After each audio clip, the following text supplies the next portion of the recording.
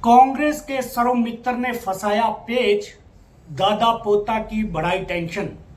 बड़ा सवाल, इनेलो व कांग्रेस में बनती जा रही है सीधी टक्कर। आज इसी सवाल पर विस्तार से चर्चा करेंगे। नमस्कार, मैं विनोद विक्टर, आप देख रहे हैं नॉन स्टॉप एलनाबाद।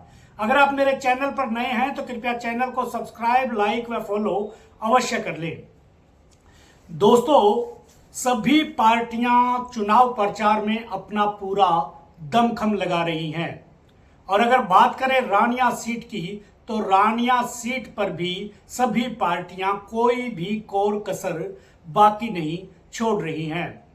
रानिया में जहां इनेलो से अर्जुन चौटाला चुनाव मैदान में है, वहीं कांग्रेस से इस बार सर्वमित्र कंबोज चुनाव मैदान में ताल ठोक रही हैं। चौधरी रणजीत सिंह बीजेपी में 5 साल मंत्री रहने के बाद भी और बीजेपी ज्वाइन करने के बाद भी आजाद प्रत्याशी के तौर पर ताल ठोक रही हैं, क्योंकि बीजेपी ने उन्हें इस बार टिकट नहीं दिया है। बीजेपी के प्रत्याशी शिषपाल कंबोज चुनाव मैदान में उतरे हुए हैं, वहीं आम आदमी पार्टी ने हैप्पी पर दाव खेला है। दोस्तों, अगर बात करें 2019 के चुनावों की तो 2019 के चुनावों में चौधरी रणजीत सिंह ने आजाद प्रत्याशी के तौर पर 19,000 वोटों की जीत दर्ज की थी। चौधरी रणजीत सिंह को इस चुनाव में जहां 53,000 वोट मिले थे, वहीं हलोपा प्रत्याशी गोविंद कांडा को 34,000 वोट मिले थे। बीजेपी के प्रत्याशी रामचंद्र को 20,000 वोट मिले थे, वहीं इनेलो व कांग्रेस को 9,000 वोटों पर ही संतोष करना पड़ा था।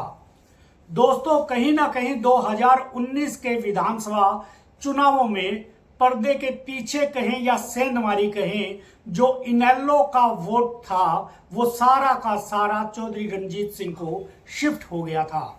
लेकिन इस बार परिस्थितियां कुछ बदली हुई है। जहां हलोपा ने अपना प्रत्याशी नहीं उतारा है, इनेलो को वो रानिया में सपोर्ट कर रहे हैं, वहीं इनेलो ने इस बार रानिया में हैवी वेट प्रत्याशी उतारा है। अभय सिंह चौटाला के पुत्र अर्जुन चौटाला चुनाव मैदान में ताल ठोक रहे हैं। वहीं कांग्रेस ने भी इस बार 2019 में विनीत कंबोज को चुनाव मैदान में उतारा था। उनका टिकट काटकर सर्वमित्र कंबोज को चुनाव मैदान में उतारा है। सर्वमित्र कंबोज हरियाणा के पत्रकारों में एक जाना माना नाम है। दोस्तों, अब बात करते हैं रानिया सीट की ताजा परिस्थितियों की। दोस्तों, इस बार 2024 के विधानसभा चुनाव में रानिया में परिस्थितियां कुछ बदली बदली नजर आ रही है।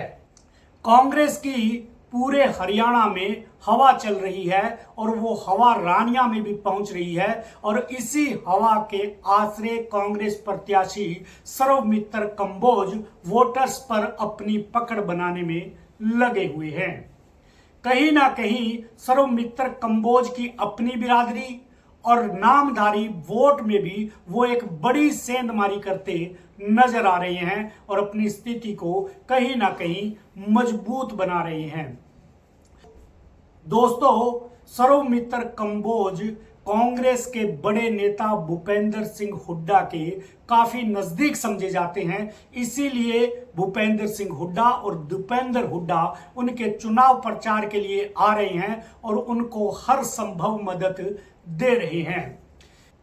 कहीं ना कहीं दोस्तों, इस चुनाव में चौधरी रणजीत सिंह और दिग्विजय चौटाला अर्जुन चौटाला के लिए सिरदर्द बने हुए हैं, क्योंकि चौधरी रणजीत सिंह की निगाह जिस वोट बैंक पर है, उसी वोट बैंक को इनेलो अपने पक्ष में मानकर चल रही है।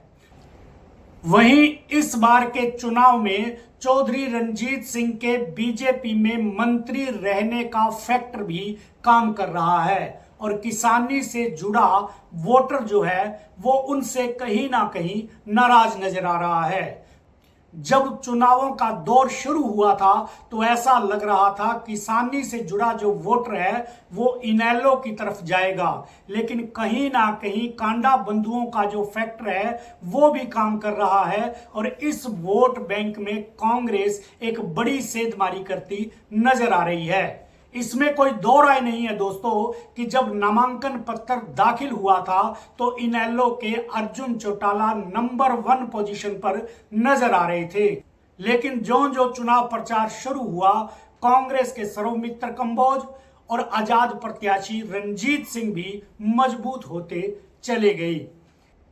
इस चुनाव में दोस्तों बीजेपी पूरी तरह से मुकाबले से बाहर नजर आ रही है।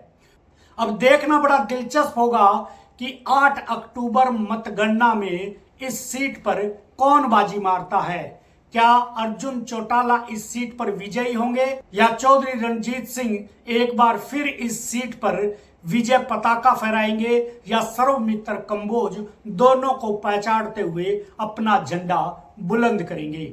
इतना तो तय है दोस्तों कि कांग्रेस की जो पूरे हरियाणा में हवा चल रही है उसका असर कुछ ना कुछ रानिया में भी देखने को मिल रहा है।